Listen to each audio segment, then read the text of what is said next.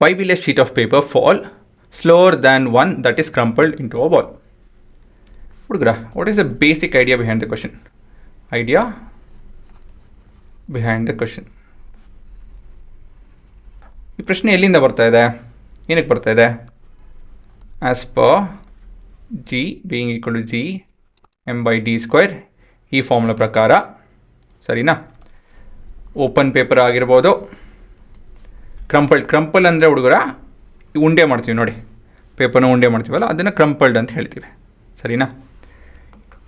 ಯಾವ ರೀತಿಯಲ್ಲಿ ಬೇಕಾದ್ರೂ ಆಗಿರ್ಬೋದು, ಈ ಫಾರ್ಮುಲಾ ಪ್ರಕಾರ both should reach the ground at the same time. Both take same amount of time to reach the ground. Same amount of time to reach the ground. ಸರಿನಾ? ಅದೇ ಈ ಪ್ರಶ್ನೆ ಏನು ಹೇಳ್ತಾ ಇದೆ ಅಂತ ಹೇಳಿದ್ರೆ, ಈ ಥರ ಒಟ್ಟಿಗೆ ಬಿಟ್ಟರು they not taking the same amount of time. ಏನಕ್ಕೆ ಆ ಥರ ಆಗ್ತಾ ಇದೆ ಅಂತ ಹೇಳಿ ಪ್ರಶ್ನೆ. ಇದನ್ನು ನಾವು ಈ ರೀತಿಯಲ್ಲಿ ಎಕ್ಸ್ಪ್ಲೇನ್ ಮಾಡ್ಬೋದು.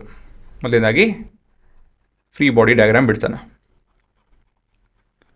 So free body diagram of what? Open paper, ಮತ್ತೊಂದು ಕ್ರಂಪಲ್ಡ್ ಪೇಪರ್. ಹಾಂ, open paper free body diagram ಅಂತ ಹೇಳಿದ್ರೆ ಈ ರೀತಿಯಲ್ಲಿ ಕಾಣುತ್ತೆ ನೋಡಿ. ಇದು ನಿಮ್ಮ ಪೇಪರ್ ಅಂತ ತಿಳ್ಕೊಳ್ಳಿ, ರೆಪ್ರೆಸೆಂಟಿಂಗ್ ದ ಪೇಪರ್. ಇದು ನಿಮ್ಮ ಗ್ರಾವಿಟೇಷನ್ ಪುಲ್ ಅಂತ ಹೇಳ್ತು ಅಂತ ಹೇಳಿದ್ರೆ ಆಯಿತಾ. ಈ ರೀತಿಯಲ್ಲಿ ನಿಮ್ಮ ಮೊದಲೇ ಭಾಗ ಆಯಿತು. ಈ ಕ್ರಂಪಲ್ಡ್ ಪೇಪರನ್ನು ಇಷ್ಟೇ ಫೋರ್ಸ್ ಎಕ್ಸಾಕ್ಟ್, ಕ್ರಂಪಲ್ಡ್ ಪೇಪರ್ ಮೇಲೂ ಇಷ್ಟೇ ಫೋರ್ಸ್ ಎಕ್ಸಾಕ್ಟ್ ಆಗುತ್ತೆ. ಯಾಕಂತ ಹೇಳಿದ್ರೆ ಎರಡು ತೂಕ ಒಂದೇ, ಹಾಗಾಗಿ ಗ್ರಾವಿಟೇಷನಲ್ ಪುಲ್ ಕೂಡ ಒಂದೇ ಇರುತ್ತೆ. ವ್ಯತ್ಯಾಸ ಏನಪ್ಪ ಅಂತ ಹೇಳಿದ್ರೆ ದ ಅಪ್ವರ್ಡ್ ಫೋರ್ಸ್. ನೋಡಿಲಿ, ಈ ಅಪ್ವರ್ಡ್ ಫೋರ್ಸ್ ಇದೆಯಲ್ಲ, ಇದು ಇಷ್ಟಿತ್ತು ಅಂತ ಹೇಳಿದ್ರೆ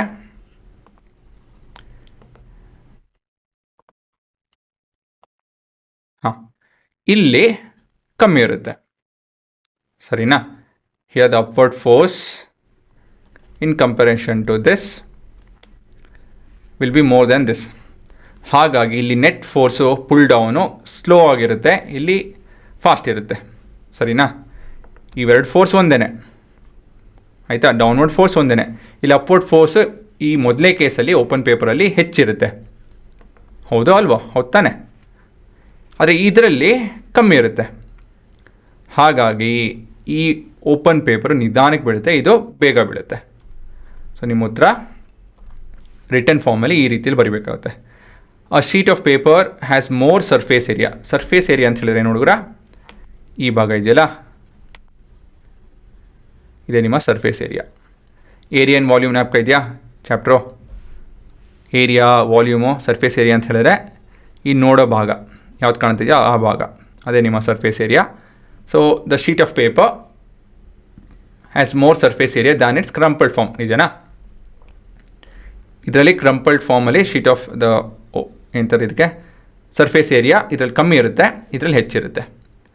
ದಸ್ it experience a lot more upward force because of the air resistance than its crumpled form, hence it falls slowly. ಗೊತ್ತಾಯ್ತಾ? ನಿಮ್ಮ ಎಕ್ಸಾಮಲ್ಲಿ ಈ ಉತ್ತರ ಬರೀಬೇಕು. ನಿಮ್ಮ ಬುಕ್ಕಲ್ಲಿ ಈ ಕೊನೆಯಿಂದ ಈ ಕೊನೆ ಎಲ್ಲ ಬರ್ಕೊಳ್ಳಿ. ಏನಕ್ಕೆ ಅಂತ ಹೇಳಿದ್ರೆ ಇದು ನೀವು ಓದಿದಾಗ ಅರ್ಥ ಆಗಬೇಕು,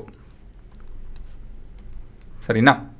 ಈ ಪ್ರಶ್ನೆ ನೀವು ಓದಿದಾಗ ಏನಕ್ಕೆ ಈ ಥರ ಒಂದು ಪ್ರಶ್ನೆ ಬಂತು ಅಂತ ಹೇಳಿ ಮತ್ತು ಇಲ್ಲಿ ರಿವಿಷನ್ ಆಗುತ್ತೆ ಅಲ್ವಾ?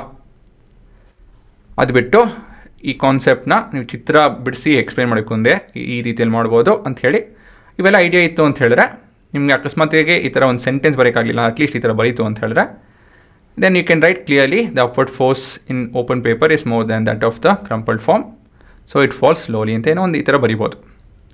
ಆ್ಯಕ್ಚುಲಿ ನಿಮ್ಗೆ ಕಷ್ಟ ಆಗಲ್ಲ, ಉತ್ತರ ಬರಿತೀರಾ, ಬಟ್ ಚಿತ್ರ ಬರೆಯೋದು ಬರ್ಕೊಳ್ಳಿ, ಚೆನ್ನಾಗಿರುತ್ತೆ. ಮುಂದಕ್ಕೆ ಹೋಗ್ತಾ ಹೋಗ್ತಾ ನೀವು ನೋಡಿದಾಗ ಹಾಂ ಈ ಪ್ರಶ್ನೆಗೆ ಇದೇ ಉತ್ತರ ಅಂಥೇಳಿ. ಹೌದಾ ಅಲ್ವಾ? ಹೌದು ತಾನೆ? ಪಾಸ್ ಮಾಡ್ಕೊಂಡು ಬರ್ಕೊಂಬಿಟ್ರಾ?